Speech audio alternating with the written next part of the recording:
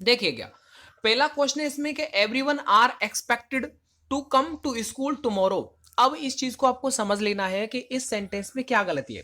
वैसे मैं आराम से बताऊंगा सब एक एक क्वेश्चंस को, ताकि आपका डाउट नहीं रहना चाहिएगा। देखो, हमेशा याद रखना, ये जो लिख रहा है ना एवरीवन, एवरीवन एक सिंगुलर होता है। जब सिंगुलर होता है तो एक बात बताइए, इज और आर इन दोनों में सिंगुलर कौन सा है? ये वाला। प्लूरल कौन सा है? ये वाला। सर जी ऐसे कैसे पता चला? जो कम हो, देखो ये इनको काउंट करना, ये दो हो रहे हैं और ये एक दो तीन, ये तीन हो रहे हैं, तो छोटा वाला कौन है? ये है ना। तो इसका मतलब इज जो है वो सिंगुलर है और जो ज्यादा वाला है वो प्लूरल है। बस ऐसे करके याद रख लो। एक चीज और, ये चीज उसके लिए बता रहा हूं जो अभी बिगनर हैं, अभी अभी आए हैं एयरफोर्स की तैयारी करने के लिए, नेवी के लिए। इनको काउंट करो, एक दो तीन, और ये देखो ये दो चार, तो ये बेसिकली ये वाला सिंगुलर है, ये प्लूरल है। सर जी एक चीज और, अब यहां डाउट क्लियर करता हूं। अब यदि कहीं पर लिख रहा है डू और डज, ये उल्टा होता है। डू जो होता है वो प्लूरल होता है और डज जो होता है वो सिंगुलर होता है। सर जी ऐसे क्यों? क्योंकि देखो डू मतलब आपने देखा ना करना, ये वर्ब की फर्स्ट फॉर्म होती है, और इसमें क्या किया गया है कि इस वर्ब की फर्स्ट फॉर्म में ईएस लगा दिया है। तो याद रखना कभी भी कि वर्ब की फर्स्ट फॉर्म हमेशा प्लूरल होती है। क्या होती है? प्लूरल होती है। लेकिन जब उसमें हम एस या ईएस लगा देते हैं तो वो कैसी बन जाती है? सिंगुलर बन जाती है। सर जी एक और समझाना, जैसे देखो गो लिखा और ये लिखा गोज, बात तो एक ही है ना, डू और डज। ऐसे गो और गोज, यहां पर देखिएगा ये वर्ब की फर्स्ट फॉर्म है, इसका मतलब ये प्लूरल है। अब इसकी वर्ब की फर्स्ट फॉर्म में मैंने एस या फिर ईएस लगा दूंगा तो ये क्या बन जाएगा? ये सिंगुलर वर्ब बन जाएगा। बस यही सारी चीजें ऐसे ही डू और डज में वो रूल को फॉलो करती है। तो बेसिकली देखो एवरीवन जो है वो, एवरीवन का मतलब होता है प्रत्येक। यदि आप हिंदी पर जाएंगे तो आप यहां पर गलती नहीं छांट पाएंगे। एवरीवन भले ही ऐसा लगता है कि एवरीवन प्रत्येक की बात की जा रही है, तो प्रत्येक बोले तो मतलब एक से ज्यादा, तो वो तो प्लूरल होना चाहिए। नहीं, ये गलती आप अपने माइंड में करेक्ट कर लीजिएगा कि ये होती है सिंगुलर, तो यहां पर आपको इज लगाना है। ठीक है, ये आपका कोई भी प्रॉब्लम ऐसा नहीं है जो कि रिपीटेडली हो, ये एक्चुअल में प्रॉब्लम बन जाती है। आगे देखो सेकंड वाला क्वेश्चन है कि my father has return back to Chennai yesterday. अब ये चीज आपको समझनी है, ध्यान से समझनी है। कौन कौन सी चीजें देखिएगा। पहली बात तो ये कि तू टिकटम टिकटम चलती है। देखो बेटा, यहां पर बात है रिटर्न। रिटर्न का मतलब होता है वापस होना। तो पहली बात तो रिटर्न के बाद हम बैक का यूज करेंगे नहीं। समझ में आ गया? रिटर्न का मतलब होता है कि वापस होना। भाई रिटर्न का मतलब क्या होता है? Come back. क्या होता है? कम बैक ही तो होता है रिटर्न का मतलब। अब आपने रिटर्न का मतलब लिखा कम बैक और आगे भी बैक लिख रहा है, तो दो दो बार बैक थोड़ी लगेगी, एक बार बैक आएगा। तो ऑब्वियसली यहां पर रिटर्न के बाद हम बैक वर्ड का यूज नहीं करते। समझ में आ गया कि नहीं आ गया? कोई प्रॉब्लम तो नहीं होगा? अच्छा एक चीज और, एक चीज क्या, यही बेसिकली आपको समझ लेना है। और एक और देखिएगा, आप इस हैज को भी हटा दीजिएगा और इस बैक को भी हटा दो। सीधे बोलो my father return to Chennai yesterday. Sir ji आपने हैज क्यों हटा दिया? देखो ये तो समझ में आता है कि रिटर्न के बाद हम बैक का यूज नहीं करते। सर आपने हैज क्यों हटाया? मैंने हैज इसलिए हटा दिया क्योंकि यस्टरडे बोले तो ये पास्ट को शो करता है, पास्ट बोले तो पास्ट इंडेफिनिट को शो करता है। सर ये हैज तो प्रेजेंट को शो करता है ना, इसलिए वैसे भी गलत हो गया। चलो आ गया ना समझ में? अगर आ गया हो तो लाइक कर देना, नहीं आया हो तो डिसलाइक जरूर करके जाना भाई। अच्छा देखो तीसरा वाला देखो, Nalini says she is living in Chennai since 1991। ये सारे क्वेश्चंस वो हैं जो एग्जाम में पूछे गए। इनके पीछे का कॉन्सेप्ट आप समझ लेना यदि आप एग्जाम की तैयारी कर रहे हैं। बेसिकली हर एक एग्जाम के लिए बेसिक है। देखिएगा एयरफोर्स, एसएससी या फिर 10+2 एमटीएस हो, देखो यार आप लोग ना इन वीडियोस को शेयर कर दिया करो जो एसएससी के एस्पिरेंट हैं या फिर एमटीएस के, बेसिकली यही सब आता है। अब यहां पर आपने एक चीज देखा होगा, जो एक क्वेश्चन आपके समझ में, मुझे पता है पूरा कि आपके समझ में क्या आ गया होगा। जैसे ही आपने सिंस फॉर और यहां पर देखो ईयर देखा होगा, तुरंत आपके समझ में आ गया होगा कि सर ने यहां कई बार बोला है कि यहां पर हैज हैव बीन आईएनजी लगाते हैं। तो क्या हो जाएगा? शी के अकॉर्डिंग क्या आ जाएगा? हैज बीन लिविंग आना चाहिए। ठीक है, लेकिन यहां पर तो इज दे रखा है। सर जी ऐसे क्यों किया? क्योंकि देखो सिंस फॉर प्लस टाइम यदि दे रखा होता है तो वो क्या होता है? वो हमेशा प्रेजेंट परफेक्ट कंटिन्यूअस को बताता है। अगर प्रेजेंट परफेक्ट कंटिन्यूअस को बता रहा है तो भैया ये टेंस भी तो प्रेजेंट परफेक्ट कंटिन्यूअस का होना चाहिए। अगर नहीं है तो कर दो।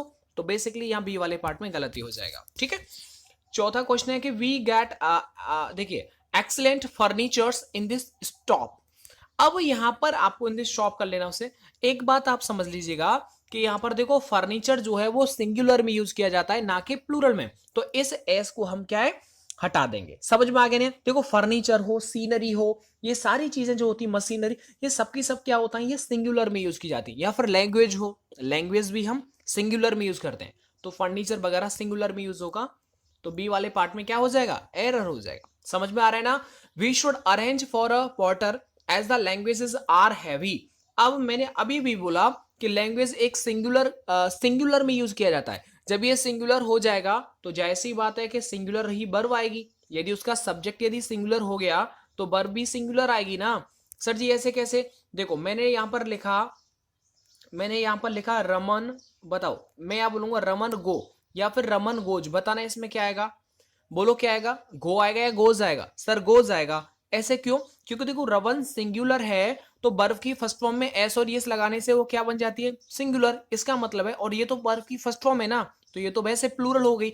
तो भाई सिंगुलर के साथ सब्जेक्ट वर्ब एग्रीमेंट में सिंगुलर ही वर्ब आती है, इसलिए यहां पर गोज आएगा, गो नहीं आएगा। सेम लैंग्वेज होता है ना कि लैंग्वेजेस, अगर ये सिंगुलर हुआ तो वर्ब भी तो सिंगुलर आएगी। सर जी हमें कैसे पता है कि एज जो है वो सिंगुलर है कि प्लूरल है?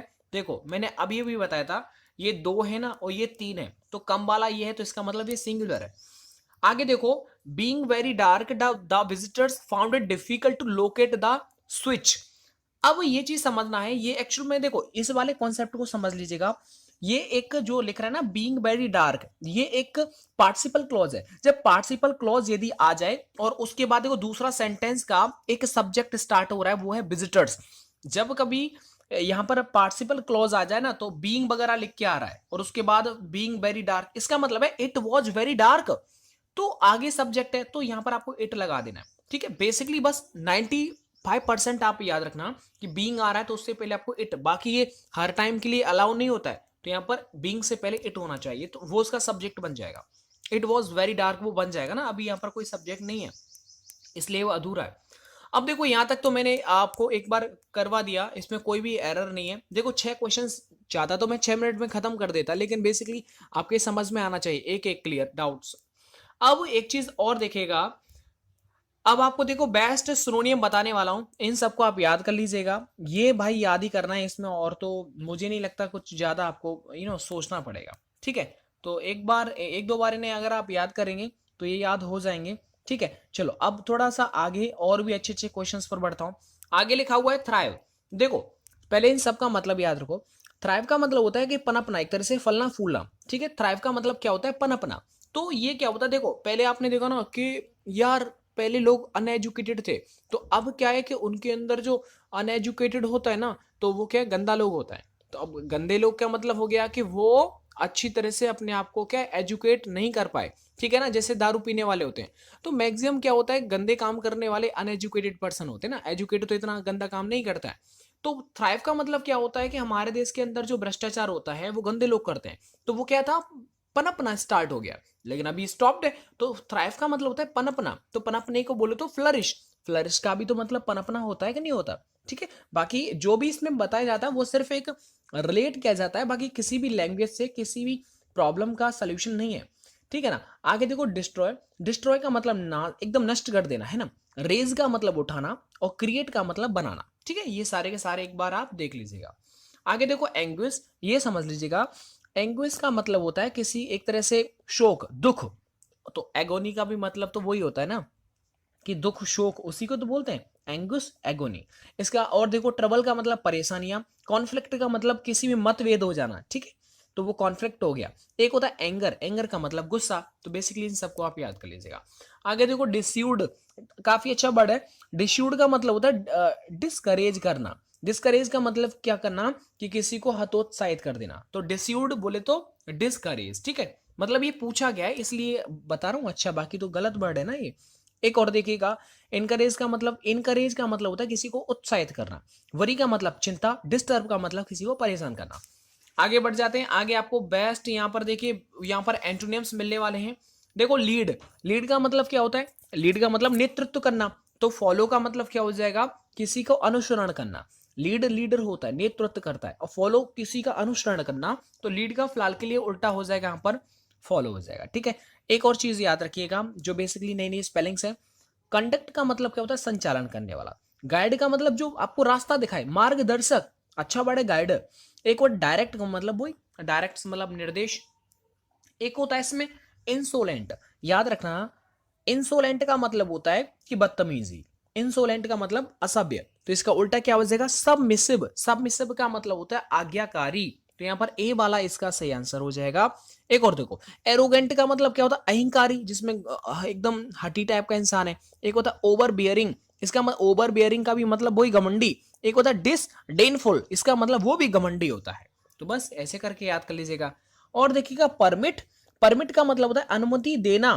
फॉरबिड का मतलब क्या करना? मना कर देना। तो परमिट का उल्टा हो जाएगा फॉरबिड, सबको याद कर लीजिएगा। एक और देखिए, इंडोर्स, इंडोर्स का मतलब होता है समर्थन करना। एक होता है अप्रूव, अनुमोदित करना। एक होता है सर्टिफाई, सर्टिफाई का मतलब वही प्रमाणित करना। तो ये सारे याद हो जाएंगे। तो दोस्तों इसके बाद जो भी क्वेश्चंस हैं वो मैं इसका नेक्स्ट पार्ट कराने वाला हूं। ठीक है, बेसिकली ये पार्ट मैं तो इसी में करा दूं, लेकिन बच्चों के ये कमेंट होता है सर वीडियो थोड़ा लंबा होता है इसलिए थोड़ा सा बोरिंग लगता है। आप इसके सेपरेट पार्ट बन, देखो हम आपको देखना मुझे पढ़ाना, एक पार्ट हो चाहे 10 पार्ट हो, उससे कोई फर्क नहीं पड़ता। तो दोस्तों यदि आपको ये जितना भी मैंने समझाया, अगर आपको 1% भी समझ में आया हो तो आप एक लाइक दीजिएगा, अगर बेकार लगा है तो डिसलाइक और एक कमेंट जरूर छोड़ दीजिएगा। मिलता हूं इसके सेकंड पार्ट के साथ, वीडियो को लाइक एंड शेयर आप जरूर करें। Thank you so much.